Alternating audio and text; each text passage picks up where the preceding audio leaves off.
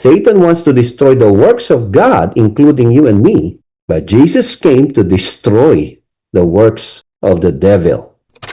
Kung ikaw ay talagang tagasunod ng Panginoong Yesus at kung ikaw ay talagang sa Diyos, sa panahon ng inyong pagkakasala, sa panahon na tayo po ay magkasala, naroon ang ating tinatawag na 1 John 1:9, naroon po yung pagsisisi po natin, naroon yung pag-amin natin at pagtawag natin sa Diyos dahil tayo po ay nagkasala. Now, bakit po nagpakita ang anak ng Diyos? Bakit dumating ang anak ng Diyos? Verse 8, tuloy po natin. Sabi niya, ang dyablo, buwat pa ng pasimula, ay nagkakasala na ang dyablo. Dahil dito, nahayag ang anak ng Diyos upang wasakin ang gawa ng dyablo. So, first, ang sabi po, nahayag o dumating ang Panginoong Yesus upang mag-alis ng kasalanan. At sa kanya'y walang kasalanan. That's verse 5, right?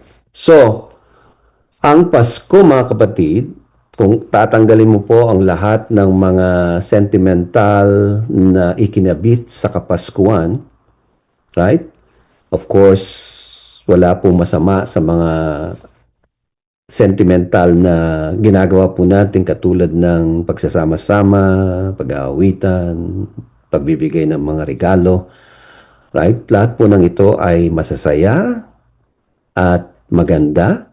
Subalit mga kapatid, alam nyo ba ang tunay na kahulugan ng Pasko ay isang digmaan?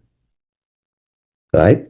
Na kung saan ang nais po ng dyablo is distraction. But Jesus Christ also, mga kapatid, ang gusto niya is destruction also.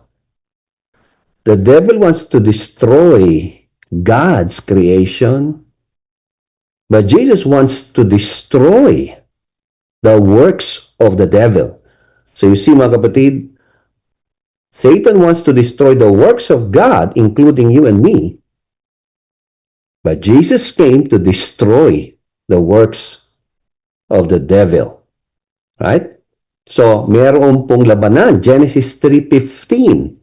Meron pong tanggulian, merong atunggalian, merong pag-aaway.